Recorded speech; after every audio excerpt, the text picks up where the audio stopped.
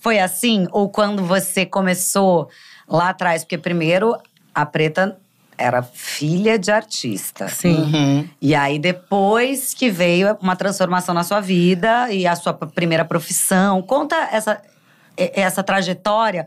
E eu quero saber se a vaidade já estava em você desde sempre, assim. Já estava em mim desde criança. Você pergunta pro meu pai, assim, como é a Preta quando era criança? Ele fala, era metida, fazia show, fazia show particular pra família. Eu pegava meus disquinhos, eu tinha uma vitrola portátil, que a gente tinha, na minha época, a vitrola, né? E aí eu tinha os discos da Rita Lee, das Frenéticas, e aí eu botava Gal, fazia showzinho particular.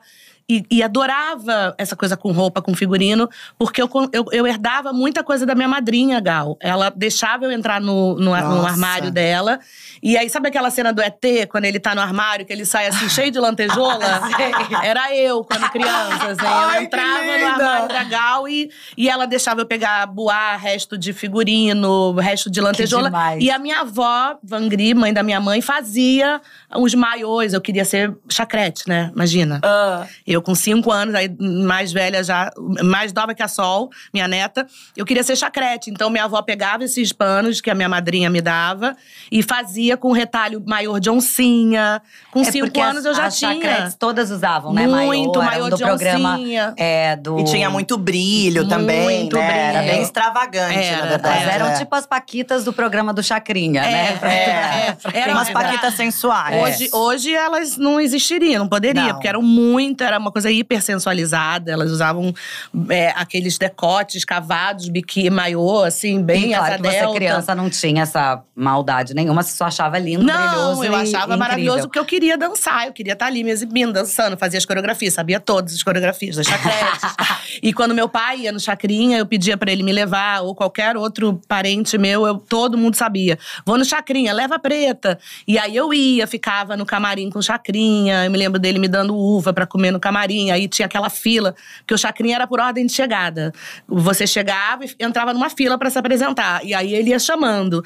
E aquela fila ali era incrível. Imagina, tinha os Menudos, tinha os Paralamas, os Titãs, as bandas que eu era fã na época. Então, pra mim, aquilo era um parque de diversão, literalmente. Cara, que demais, né? Então, essa coisa veio antes da cantora. A piruíce, a Preta Patrícia, a vaidade, ela veio, assim, de nascença. Sou leonina de Oxum, tinha como. Mas, ao mesmo tempo, você, de família de artistas, queria ser chacrete, não sei o quê. E aí, você acabou indo pra publicidade, que foi sua primeira profissão. Foi. Essa história, ela vem junto com um drama familiar, porque eu tava muito encaminhada, assim, né? Com meus 13, 14 anos, eu já comecei a estudar teatro, interpretação, fazia cal, já fazia teste pra novela, pra TV. Tava muito encaminhada pra minha carreira como atriz artística. Tava começando a pensar em cantar. Marina Lima, que é minha prima, me incentivava muito. Até que veio a grande tragédia da nossa família, que é o acidente com meu irmão Pedro. E ele falece quando eu tenho 15 anos, assim. Então, foi uma tragédia muito absurda na vida da nossa família. Na minha vida particular, mas de todo mundo, cada um com uma forma de lidar com isso. E a minha forma de lidar com a perda do meu irmão foi fugir da minha essência. É como se o palco me lembrasse ele, como se a arte me lembrasse ele. Então eu neguei isso em mim. Então eu parei, eu brequei, assim. Eu lembro que quando eu pensei em voltar aos cursos, pensei em voltar a fazer… Eu fui chamada para fazer um teste de uma novela.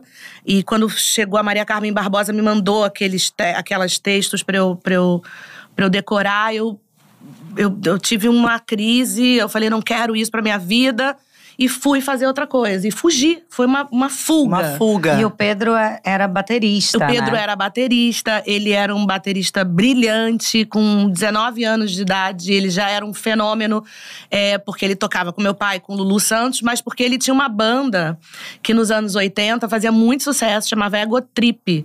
Que era uma banda Bom nome. Ego Trip. Eles faziam muito… Quem é da minha idade, assim, da minha geração, vai lembrar. Muita gente escreve pra mim, mim. Adorava o Ego Trip, adorava o seu irmão. E ele ia no programa do Silvio Santos, no Gugu, ia nos programas de TV. Eu me lembro quando ele ia no Gugu e ganhava aqueles concursos, ele dava presente pra gente.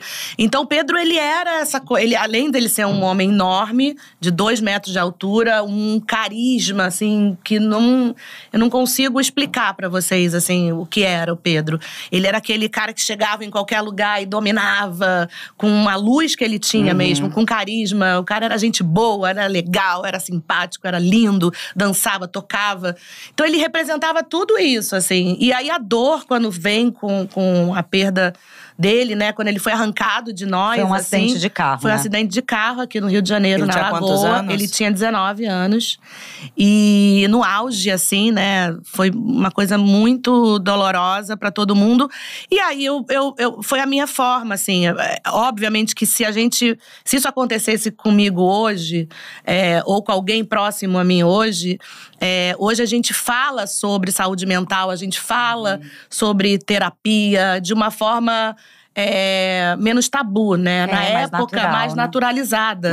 Na época, isso era… Imagina, ninguém nem pensou em… Vamos botar a Preta ou a Maria ou qualquer outro filho na terapia. Essas meninas vão precisar de apoio. Isso não era falado na nossa família. Era, vamos viver. E cada um vai se curar, vai se sarar da maneira que puder. Com muito amor, com muito afeto. Minha família é afetuosa, é muito unida. Mas essa questão da saúde mental não era pauta na época, não era… Eu lembro que minha mãe fazia terapia, algumas pessoas faziam terapia, mas era uma coisa quase supérflua. Era uma coisa distante, Não, e meio supérflua mesmo, assim. Não era uma coisa primordial, não entrava como hoje a gente prioriza. Hoje, acho que a gente todas pode nós… deixar de fazer várias coisas, mas né? a saúde mental tem que estar em com dia. várias coisas, mas a gente vai… A gente prioriza a nossa saúde mental. Sim, total. E antes não